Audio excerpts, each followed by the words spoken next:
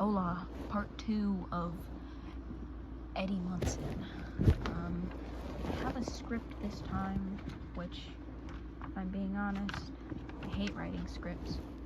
And half of it's going to be improv, nothing's going to be scripted. But do any of us really care? I hope not. Anyways, so I think we left off at Eddie holding a beer bottle to Steve's throat, so let's go. Everything seemed to happen so fast. You had just been shaken awake, and now standing in front of you is Dustin, Max, Robin, as well as Steve and Eddie, who still had a beer bottle to Harrington's throat. You stand there shocked, confused, and kind of tired. Once everyone calmed down, Eddie slid down a wall, so you sat next to him and rubbed his back, trying to let him know that you're still there and you're still there with him. Everyone watches you two as Eddie turns his head to look at you with his big brown eyes and grabs your hands, intertwines your fingers, and looks back at everyone. So, why are you guys even here? We're here because we believe you, Eddie. You and Eddie give each other looks, and then Eddie spoke up saying, "You won't believe us. Try us." After explaining in full detail what happened, what we saw, and what happened to Chrissy, and why I was with Eddie in the first place. After talking to Dustin and them for a while, they left, so it's just you and Eddie in the boathouse again. He decides to wander around and comes back with a tennis ball. He starts to throw it at the wall repeatedly for a good 15 minutes. And starts throwing it at the wall. After a minute, he sits down and continues to throw the ball at the wall. It rhymes.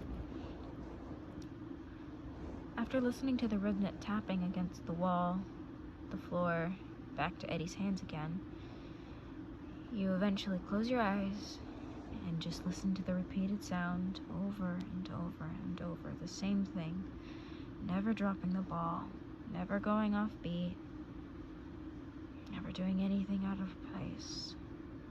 You just lay your head, so you eventually get tired and lay your head on his shoulder. And this is kind of like an Eddie POV kind of thing. It's cringy, but Eddie POV. I feel a weight fall onto my shoulder. I look to my right to see who I am, so asleep on my shoulder. I stop throwing the ball and move them so they're laying on my chest, with my arms wrapped around their back. I pick them up and move to the boat.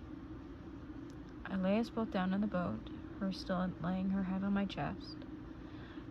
Pull the tarp over the both of us, and falling asleep. The next day, we both wake up, and we decide to just sit down and talk for a while. We hear a car pull up, and it spooks both of us. I tell her to go hide, but she instead grabs the oar that Harrington dropped the other day. And I grab my beer bottle and go to the window to see who it is, making sure it's not the police or anybody else who's hunting the freak.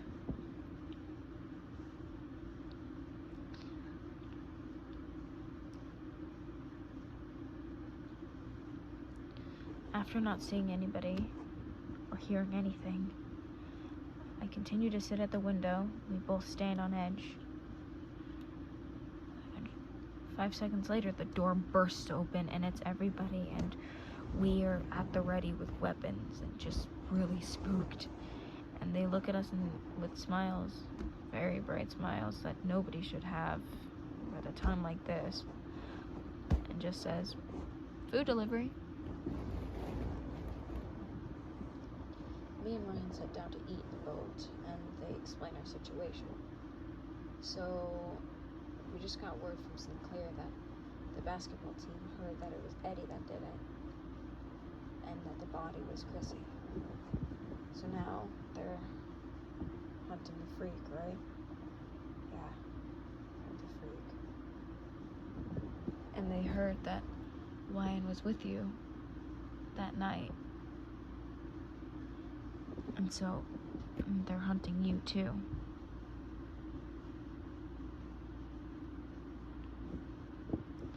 Rolling your eyes, you say, they can try. Certainly. It's not going to make any difference to me. That made everyone laugh, which you smiled at. Knowing that this wouldn't end well, you tried to play it off, but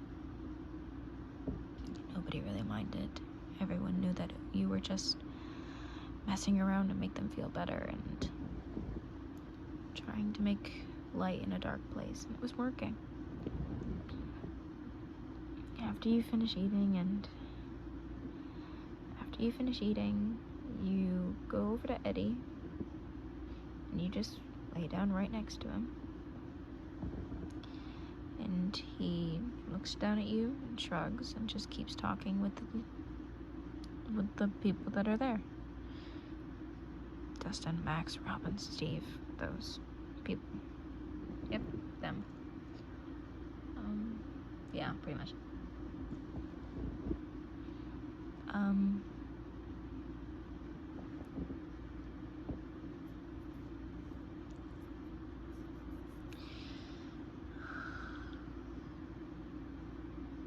After a few minutes, he decides that laying your head on the boat cannot be comfortable.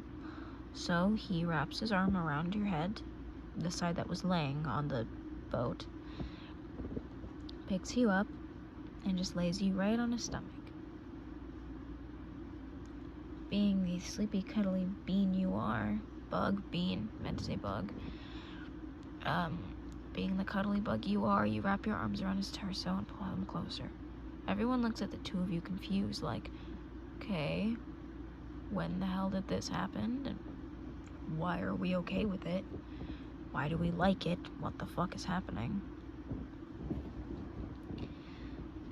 Eddie shrugs them off and just keeps a normal conversation with them. I don't know where to go with this, really. I'm gonna need to rewatch season 4. My brain doesn't comprehend things that fast, so. This is short, and I feel bad, because my script was short, but I think I got the main points across, which was,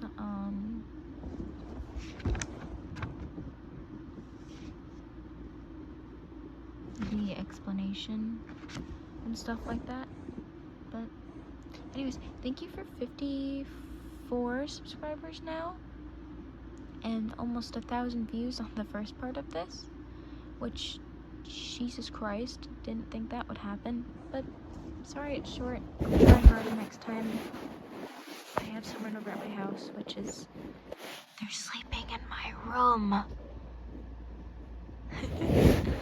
I'm not alone, but they said it was fine for me to record, so I figured short and sweet, I'll try. Thank you.